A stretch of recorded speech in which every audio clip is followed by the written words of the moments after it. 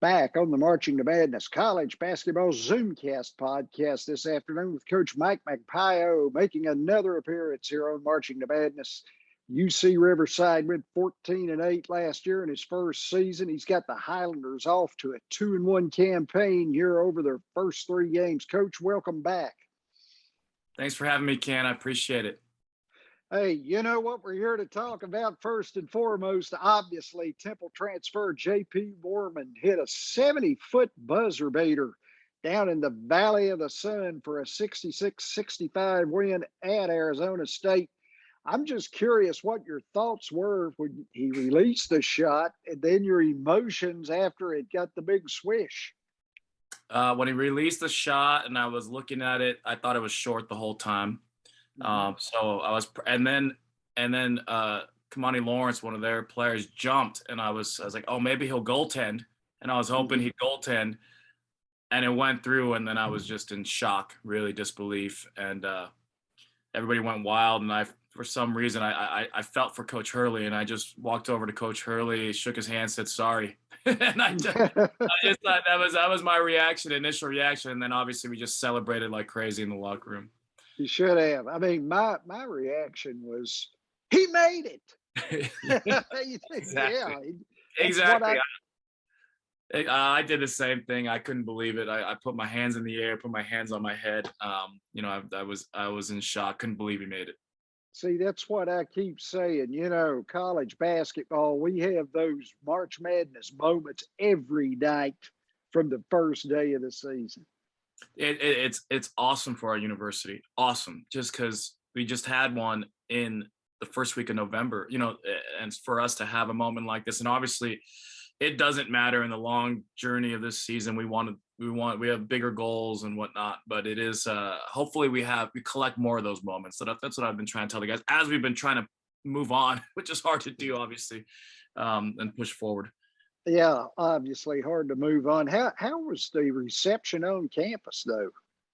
From what our campus, a big campus. We got home the next morning, but the reception on campus has been fantastic. I mean, I think that video alone has 1.5 million views. My athletic director is a media guy, so he is through the roof. The university, like some of the guys have said, they've never been stopped on campus before, and they were getting stopped the last few days. It just was so viral. And for whatever reason, it kind of stayed in the limelight for the next 36, 48 hours. It was on Pardon the Interruption. It was on NBA Today, on ESPN. It was on Colin Cowherd, so just really cool. And I'm just so proud that I hope the university is enjoying it. And I hope that the athletic department prospers from it. Yeah, JP, I read an article detailed his friendship with Chris Paul because I think he played on Chris's AAU team back in North Carolina, where I'm from. Shout out to the Tar Heel State. And he talked about, I guess before the game, Chris gave you guys like a 45-minute, I wouldn't say dissertation, but like a 45-minute Sure. We'll take it. Dissertation. Yeah. He was Professor Paul. He was a motivational speaker. It was kind of came about 9 a.m. We get a text from JP saying, hey, Chris Paul would be willing to come down and talk to the guys if you guys are open to it. And I was like, sure. So we told the guys come in at 10:45. We had a shoot around at 11:30. And I said, come by at 10:45. We have a special guest speaker. And they thought it was our athletic director who was traveling with us this trip, and it was. And I had him talk as we were killing time, and then Chris Paul ended up coming in, and these guys' eyes lit up, and it was the best thing that a coach could ever hope for, just because he spoke about all the things that as a coaching staff we preach every day, but it was coming from one of their idols, and a guy who's still in the league, dominating in the league right now. So all of it, everything he talked about, I sat down, took a seat myself. He had some notes for the coaches too. He said he's been on some bad coaching staffs as well.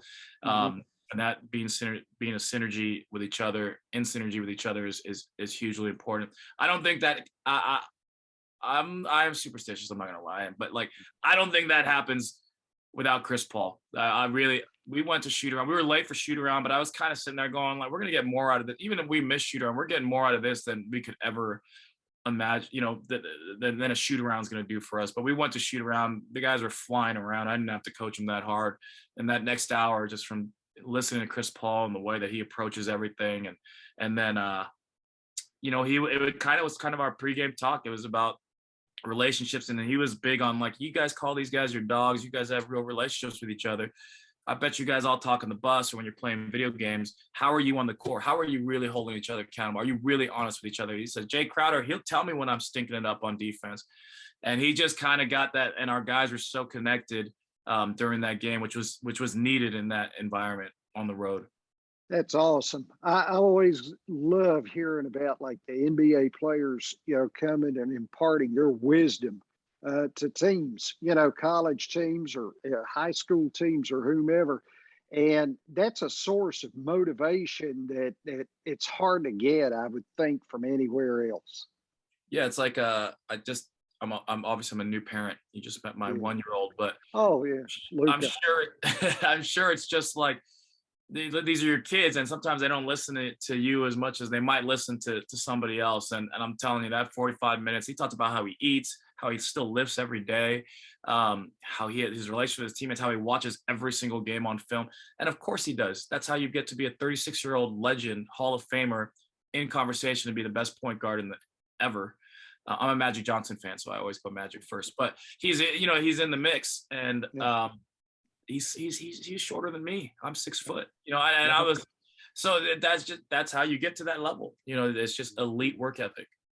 Yeah, North Carolina, I covered all 4 of his, or 3 maybe, of his years at Wake Forest, and for several different radio networks, including ESPN. And I got to know him then. Obviously, I don't know him now, but I would see him come back through Charlotte some, which I don't have here in Tampa Bay, an NBA team now as the Raptors left. But it's really motivating to talk to any of you guys, when you stop and talk to me. That's why I do this show. Mm-hmm. Yeah. Hey, Coach, I did want to ask you, it was very eye-opening about potentially UC Riverside during COVID would have maybe had to eradicate the athletic department for a while. Just curious, obviously you have these buy-in games and stuff, but how was you, maybe your AD, whomever, able to get out and raise money and I guess keep things afloat?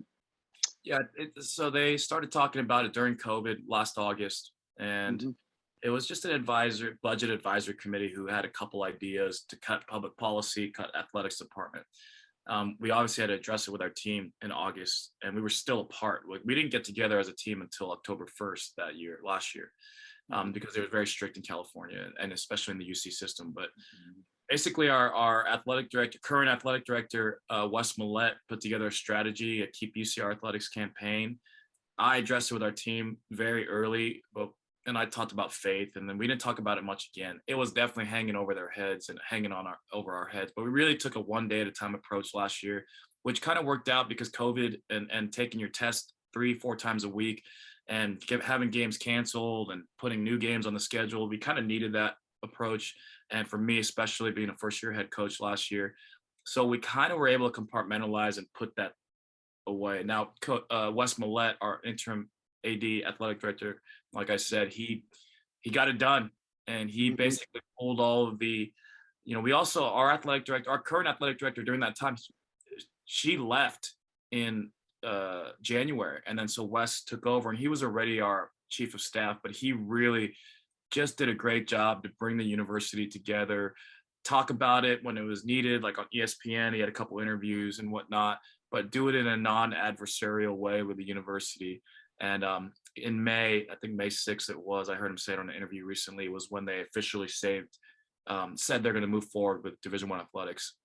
And then shortly after, they signed me to a contract. So I think we're in good shape. I know we're in good shape, obviously. Yeah, no, it's best. It's the best. I'm very blessed. I'm the luckiest coach in the world. I really am. Everything that happened to get to this point where Coach Patrick, set me up to succeed, handed off a fantastic full cupboard, great culture, and me to coach an experienced team these first few years and build off of what he had done. And then to save the department, and the guys actually have success last year. You know, I've never told them this, but I think them beating Washington and having the success last year, and, you know, having the best season in school history, winning percentage wise, and taking USC to overtime and winning a Big West game for the first time in our Division I history. I think that was a huge part of what saved the department. They start to see, oh, okay, there's a men's basketball team that's competing. And then as far as raising money, they've done a great job.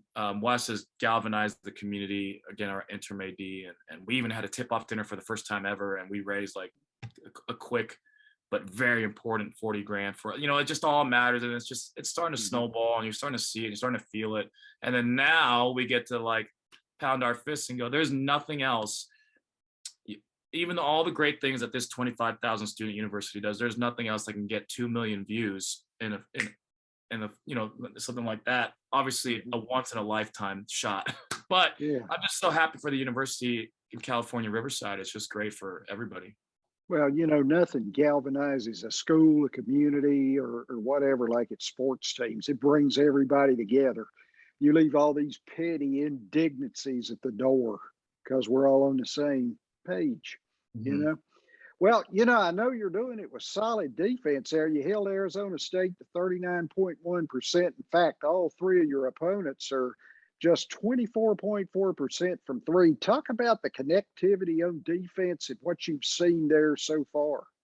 Well, we had a lot of carryover from last year, and even our center who had missed last year, we had the same defensive scheme 2 years ago. And when he was our center 2 years ago, we were 9th in the country defensive rebounding, top 15 scoring defense, Callum McRae. So with basically the same perimeter, but we did bring in JP Moorman from Temple. So he was the one that we had to really get to understand our scheme. And he's a pro. He's a pro's pro, super coachable. And so the scheme is there. It's no secret what we do. We try to pin you on the side of a floor, and we utilize our size. And so we're pretty big at every position. We start a 6'4" point guard and a 7'1" center. So we just try to use our length, cover up as much of the court as possible, and take away threes with our length. And that is definitely a big part of our defense. And it's carried over this year, and so far so good. I think we held both San Diego State. We kind of go by points per possession in my mind, but we held both of them to under a point per possession, San Diego State and Arizona State, I believe.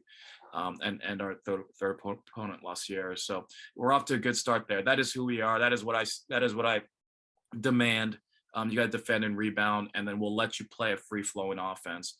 And we'll let you make plays within our structure. But if you defend and rebound, I'm good. You guys can play, do whatever you want offensively within our flow and structure, but you must defend and rebound. So we've kind of carried that over, and I'm pretty pleased with what I've seen so far. You mentioned Callum McRae's a 7'1" center, and then you got Flynn Cameron, who's leading you in scoring right now. Both of these players shoot at about 48% so far from the floor. How are they getting this much offense themselves? Well, it's a really you'll start to notice as the season goes on, it's a collective style of offense. So like, we are not any good if one guy's trying them out, like one guy's trying to go one-on-one. We play a really collective style. The ball moves, the players move. There's a lot of concepts that are within the framework that we've worked on all summer, and that this is now the second year in this current offense that we're running. But I kind of judge it by how many threes we're getting up. So Flynn may go, he went 0 for 4 against San Diego State. He went 6 for 8 against Arizona State, I believe. And then he had a bunch more last night. As long as we're getting good rhythm threes up, we're good. And then Callum, our 7-footer out there, is just very talented with the ball and his rolls. So he's very good at handoffs and rolls and getting us to the next action. But a lot of them all benefit from our point guard, Zion Pullen, who is an excellent facilitator. He's not even really scoring the ball that well as he would like right now, shooting it as well as he would like. But he is the guy that's getting all the attention, and he is making the right read most of the time. I noticed Moorman, I watched him play some at Temple when they'd come in to USF and then on TV or whatnot. What's he bringing to your team right now? Well, I knew that you could just check it, with a Temple kid, and he was from Greensboro, North Carolina. When I was at Campbell, I recruited him a little bit, and then he got too good. But that's how I knew him. And so I knew he was going to have the grit, the toughness at Temple. You know, played for Coach McKee, played for Coach Dunphy. But what we did is we kind of studied, like he was still a pretty efficient player his junior and senior year, but he was extremely efficient under Fran Dunphy. So we studied those numbers. He shot nearly 40% from three for Fran Dunphy, you know, the legend before he retired. And the last 2 years, not as good. But so we kind of looked at that and said, we're going to put you in these types of situations, this kind of space where you're going to have the ability to make plays and different types of actions too. And you're going to have the ability to use ball screens. And JP is basically our right now. And we beat Arizona State without our backup point guard and starting two guard, Dom Pickett, who went down with a calf thing 9 minutes in. But JP is basically our next best ball handler. And so we will let him play point forward. So he really enjoys it. We think of him as our Draymond Green, except JP can shoot it a little bit. I think a lot. I think as he gets more comfortable, he understands, and he's even surprised sometimes how open he is. So he's able to facilitate, make plays for others, and he's able to score, and he brings that defense and grit at that higher level. So he's able to guard. He plays against San Diego State, Arizona State, and hopefully University of San Diego Wednesday.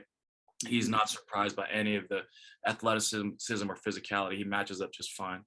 Now, the 3-point game's been big for you as well at 38.1%. In fact, it's 10.7 threes per game. So philosophy and strategy, you know, combined with the shooters. Yeah, what we like to start as many guys that can shoot threes as possible.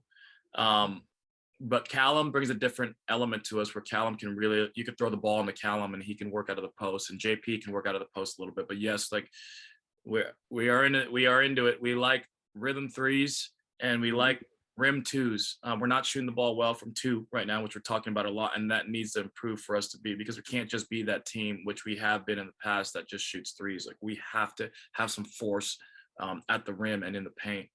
But we like to shoot paint touch threes, paint touch rhythm threes. So you can't just come jack a three. You got to fight for the paint first. And that's kind of been our philosophy. It's always been our philosophy the last 4 years, but since with this new offense, we really demand that. And then when we let it fly, we let it rip, let it fly is kind of our thing. Even contested. If you get that 1-2 step rhythm, we want you to shoot that thing, because at least we know it's a predictable shot for us.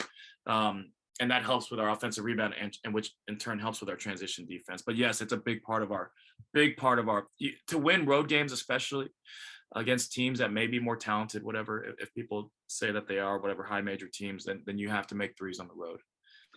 What are you seeing out of the Big West so far as the season's just about a week old? They're good. We're good. Yeah. It looks like it. I mean, I watched that Irvine Boise State game. That was entertaining for me. Big win for the Big West there. Davis looks good again. Coach Les is an excellent coach. They're as tough as they're all tough, but they're just tough, gritty, and he always gets that right to beat. Like he played. I remember when he played. Of course. So, and that's who he is. And then we'll see tonight. Santa Barbara plays Washington State, but UC San Diego obviously off to a great start, beating Pac-12 team. So they're good. It's a very good league. I'm happy to see it. I want us all to be. I root for all the Big West until we get to playing each other. Of course. Last thing, Coach, as you look at your team right now, you mentioned the 2-point game, obviously. Where do you think you're going to get better, and what's going to be the key thing that'll push you into the title race? Well, I think that just really getting that collective, like JP still feeling himself out within our in our offense. We have an identity defensively. We have a scheme. We really understand it. I think JP is really going to understand like how to flow with the other four guys.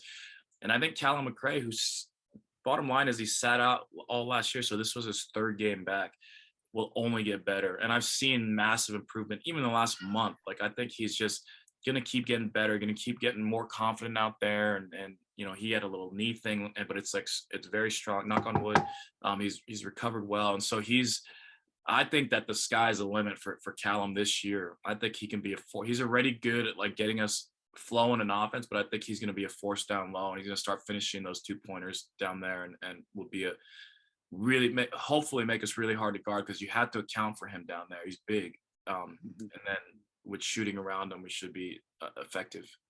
And the UC Riverside Highlanders are a must watch this year. Coach, I appreciate you coming on to the show, and I wish you the best. And I'll look for you on TV here a couple times, maybe soon.